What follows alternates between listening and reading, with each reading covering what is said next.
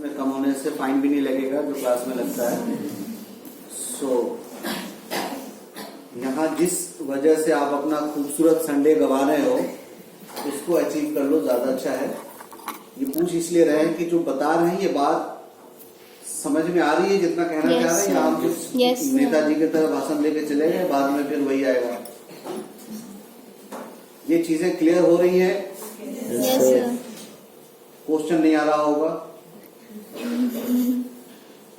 Classroom की तरह आपसे क्वेश्चन नहीं पूछेंगे, लेकिन आप क्वेश्चन पूछ सकते हो। If you have doubt then you can clear your doubt. ये चीज इसलिए यहाँ पे बता रहे थे। Hahnemann has defined this disease either of acute and chronic, बीच में तीसरा रास्ता नहीं दिया। ऑल द मैजम में हाफ एक्यूट मैजम कह के चला गया था, हाँ या ना? Yes sir.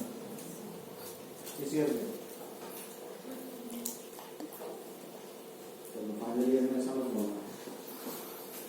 Half acute miasm भी है, but for diseases it is acute and chronic disease.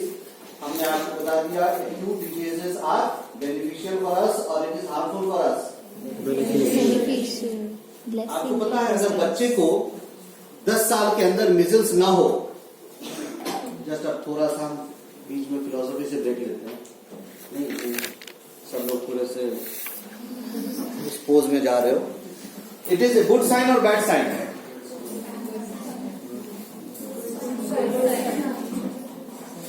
It is good sign.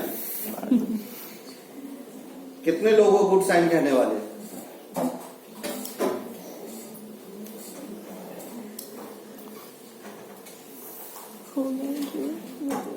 अरे कहो मार्क्स थोड़ी कटने वाला है यहाँ पे।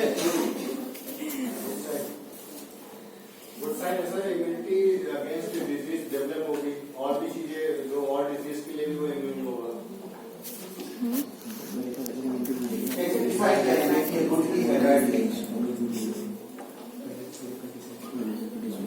चलो एक बार एक सवाल सवाल ही पूछ रहे हैं, अब आदत हो गई सवाल करने की। एफोरिज्म नंबर 35 to 45 याद है?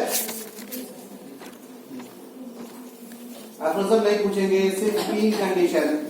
What happens when two dissimilar diseases meet? What is the first condition? जब stronger हो आने वाला अगर प्रेजेंट है उसको दबा के खुद आ जाएगा, घर बना लेगा, तांडव करेगा और घर बना लेगा। दूसरा कंडीशन क्या है?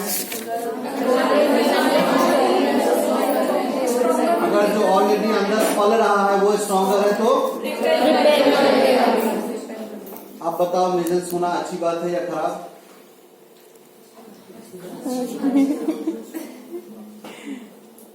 If you are suffering from some severe chronic disease within yourself, you are not having in a state of manifestation of disease, but you are carrying a tint of the disease. The second condition of this, what happens when two dissimilar disease? Then what do you suppose? Do you suffer from acute illness or any milder illness? Frequently, lots of cases we are facing in our clinic. Doctor साहब अभी तक एक बार sir दर्द का दवाई भी नहीं खाया, पता ही नहीं था लाइफ में कि सर में दर्द कैसा होता है। 35 साल में कैंसर से मर गए। अनगिनत एग्जाम्पल दिखा देंगे।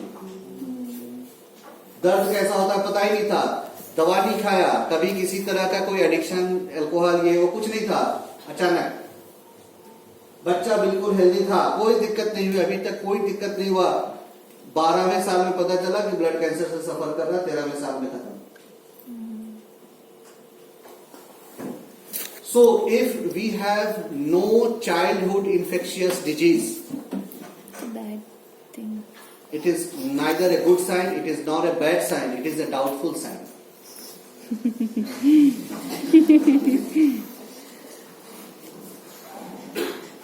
And what is the doubt?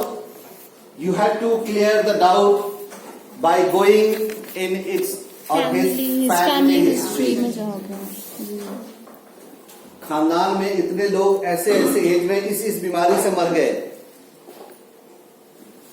तो आपको क्या लगता है इस बच्चे का कॉन्स्टिट्यूशन इतना स्ट्रांग होगा? It is not at all a good sign. अब अगर यहां पे नहीं हो रहा है, then you must be very cautious for that child. अब अगर खानदान में सब लोग बिल्कुल अच्छे से एकदम सात्विक आहार वाले हो और बिल्कुल परफेक्ट चर्याल हो, then you can say that he is in a state of first observation. ये जो 3 कंडीशन का पहला वाला था, क्योंकि स्ट्रॉन्ग हेल्थी कंडीशन में है तो दूसरा नहीं आएगा. ऊपर से जो आ रहा है वो बाहरी नहीं आएगा. But if it is in the state of acute illness, if it is in the state of sorry, if he is in the state of acute illness, तो सेकेंड वाला जो कंडीशन है वहां पे ये नहीं आएगा. So it defines, it differentiate that if you have no childhood infectious disease, हम लोग अक्सर इसको कहते हैं CID, और आप अगर कार्सिनोसिन नाम सुना है? Yes sir. किसका है? मेडिसिन. ओबिस्टर की किताब है ट्यूटोरियल्स इन होम्योपैथी, जी. वहां जाके पढ़ लेना कार्सिनोसिन. उसमें लिखा हुआ है फ्रीक्वेंट चाइल्डहुड इन्फेक्शन. 2 चीज. Frequent recurrent childhood infections ji.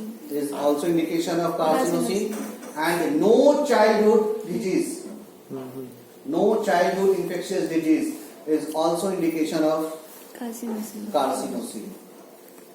And that no childhood infectious disease, जो अभी हमने एग्जाम्पल देके बताया आपको, कि अगर वो अंदर से चला रहा है at present time it is suffering from a bigger, more stronger disease, then the weaker disease will not influence him. और weaker stronger disease तो अंदर चला रहा है, वो एक बार जब फटेगा तो फिर फटेगा, किसी भी एडी स्ट्रॉन्गर वे में निकल के आएगा वो. Next.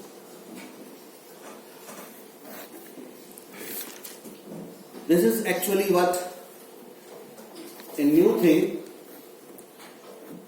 as per your BHMS syllabus is required, that I am going to introduce here through organon of medicine. It is neither new, but it is a new way of understanding. जिस तरह से भी हमने कहा आपको acute diseases are blessing for us.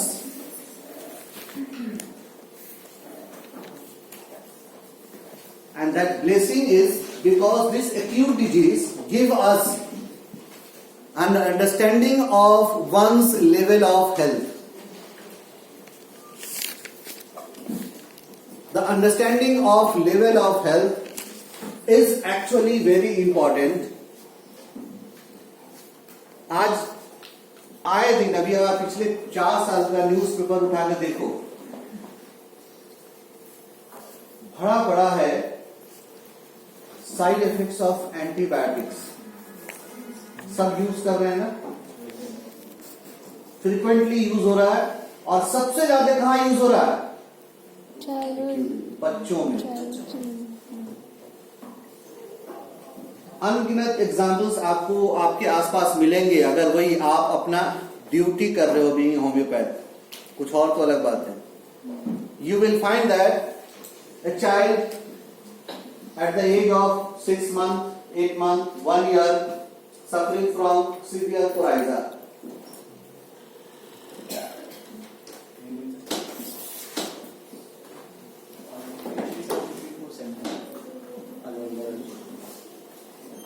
At this age, if child is suffering from some acute illness, नए mummy papa, पहला बच्चा,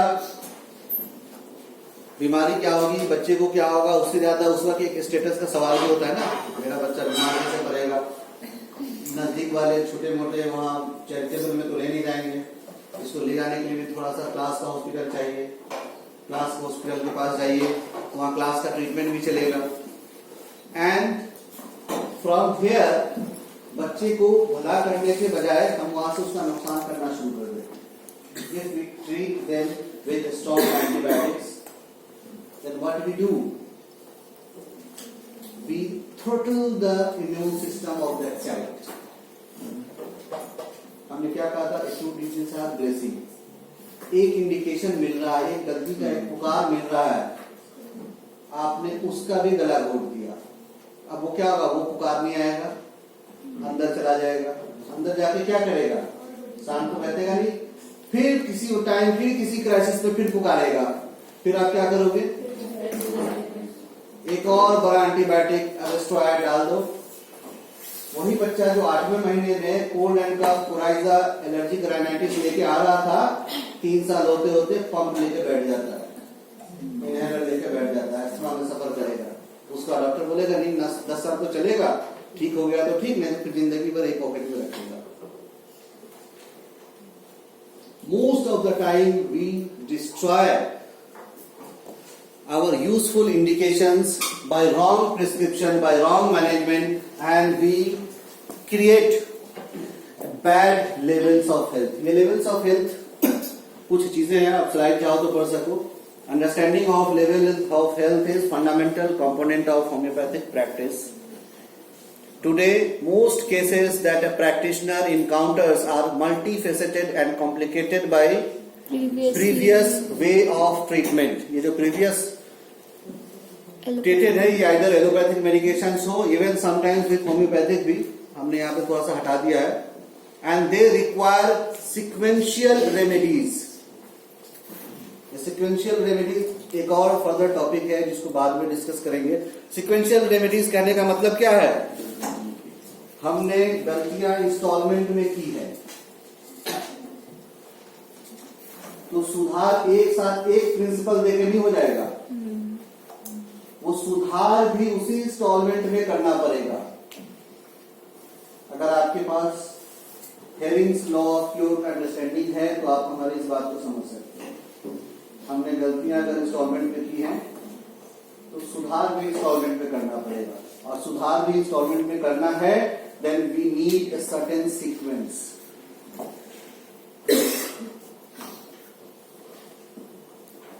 So knowing which remedy to prescribe, in which order to prescribe them is of great importance to the outcome of the case. Just for example, एक छोटा सा clip यहाँ से थोड़ा सा टहलते हैं सब्जेक्ट से। If we are having 5 illness in past history of case, if we are getting 3 or 4 type of diseases in the family history, and if we have to prescribe according to the anamnesis, then from where we will start our prescription?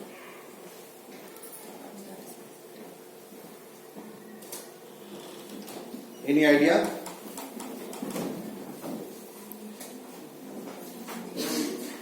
So recent past disease, from recent past disease to the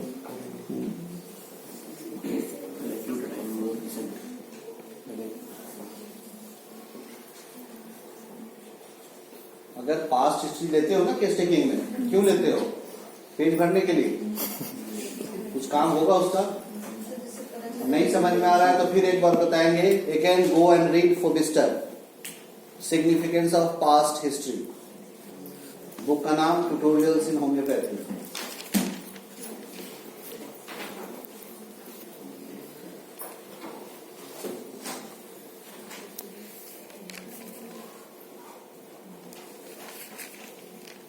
और अगर इसको पढ़ लो और थोड़ा और पढ़ने का दिल करे, स्पेशली फॉर पोस्ट ग्रेजुएट, तो एक और किताब है, राइटर का नाम है बर्ट्राड रसेल,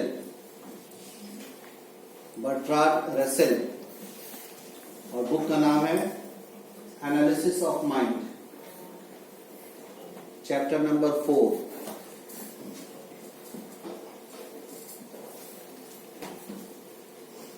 सो अगेन हमारा क्वेश्चन यहां से था, पास्ट हिस्ट्री में अगर 5 इलनेस मिल रहा है तो हम पास्ट हिस्ट्री क्यों पूछते हैं? कुछ दवा देने का इंडिकेशन मिलेगा। 1 मिल गया तो चढ़ा दिया हमने दवाई, अगर 5 मिल गया तो क्या करोगे?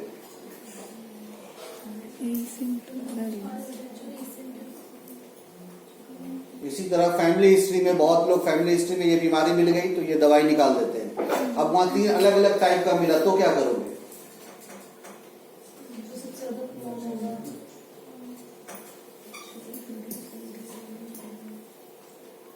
तो सबसे पहला काम करेंगे कि सोचेंगे, नहीं?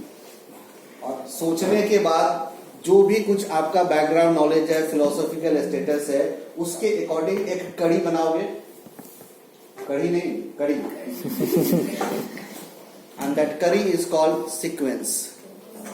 Then you have to decide in which way, in which order, in which direction we will place remedy A first, remedy B second and D third. And that is called a sequential. अब इसके ऊपर फिर बहुत सारे अलग अलग philosophical concepts हैं that you have to decide. एक छोटा सा क्वेश्चन है, बीच में फिर से पूछ ले रहे हैं, आपको शायद उसको समझ में आसानी हो. हनीमैन ने मिक्स्ड माइजमेटिक डिजीज के ट्रीटमेंट के लिए कौन सा डायरेक्शन अप्लाई करने को कहा था? अगर सोरा, सिफिलिस, साइकोसिस तीनों कॉम्प्लिकेटेड स्टेट में हो, जो फिर उसके बाद और अगर कोई कहे कि सोरा पहले ट्रीट करेंगे तो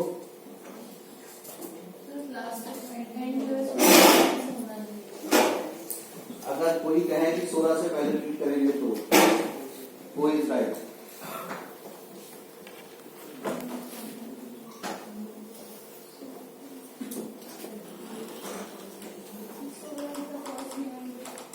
So is not only good. Margin के लिए तो हमने अलग से टाइम ले लिया है. डायरेक्शन क्या है? एक्चुअल हनीमैन्स डायरेक्शन क्या है?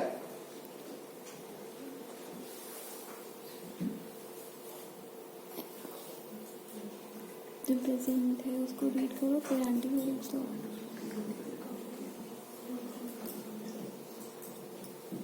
ये दिक्कत होती है कि अगर अपने घर में रामायण और महाभारत न पढ़ा जाए और आस्था चैनल देख के अगर हम रिलीजन को फॉलो करें तो समझ सकते हो कि क्या होने वाला है. इसलिए my humble advice is to go and read Ramayan और Gita rather than following your religion, understanding your religion through Aastha channel. उसने सही कहा है, आधा कहा है.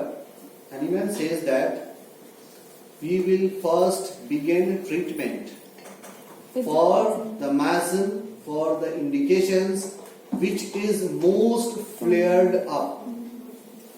But उसके बाद आगे यहाँ पे कंटिन्यू खत्म नहीं हो रहा है. एंटीसोरिक ट्रीटमेंट से फिनिश करेंगे. Whenever sora is mixed with any miasm, generally sora becomes the most prominent one. Chronic disease उठा के देखो, लैंग्वेज एग्जैक्टली लिखा. हनीमैन ने यहाँ पे एक डायरेक्शन फिलफिल नहीं किया. रूल क्या बताया? रूल क्या है? Rule is which that will be most flared up, वो होगा. ये रूल है. ऑब्जर्वेशन क्या है? ऐसा देखा गया है कि whenever sora is mixed with any other miasmatic situation, then sora mostly remains the prominent one. अगर हम यहाँ पे सिर्फ कहें कि we will first start the treatment of sora, then we are violating the rule. हम सक्सेसफुल हो सकते हैं, but we are violating the rule. Observation and rule. Rule is most important. Rule क्या है? जो प्रोमिनेंट होगा उसको फर्स्ट करेंगे. ये इसलिए बता रहे हैं कि similarly somehow we have to deal when we have so many past history, so many points in past history. 1 2 3 4 5. पहला हिट किसको करोगे?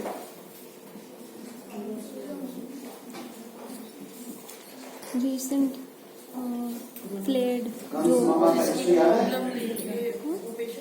अरे कंस मामा का हिस्ट्री याद है? 9वां भांजा जो है वो इसके मृत्यु का कारण बनेगा. ओ कृष्ण. 8वां. अब ये 8वां पॉइंट कहाँ से आएगा? नीचे से शुरू करें, ऊपर से शुरू करें, किधर से शुरू करें? लास्ट. ऐसा कंफ्यूजन उसको आया था ना. Last recent. और उसके बाद उसने फिर और किया अत्याचार. So just follow this rule of Hahnemann, and we have to point out the point from past history which is more casually or causally related to the presenting complaint.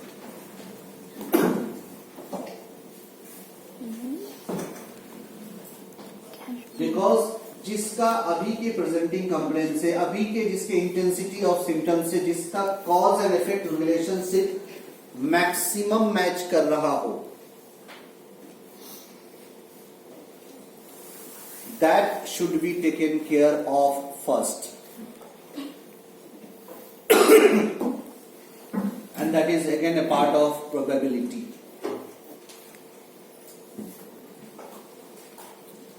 And then after which situation will come up, again it is not at this point of time that we will decide whole series. For the next we have to wait and watch. The next time will tell us that what will be the next point in your series. Not that कि आप पहले में बैठे बैठे सारा sequence बना लोगे. Then again it is a wrong way of, or it is a biased way of thinking of about your prescription. First अभी का डिसाइड हो जाएगा, नेक्स्ट के लिए अब इसके बाद क्या रिएक्शन डेवलप होता है, क्या खुल के आता है, जिसको बहुत अच्छे से क्रॉनिक केसेस में डिस्क्राइब किया है. अगर आप टाइम मिले तो पढ़ो. इजियागा नाम सुना? अभी भी नहीं सुना?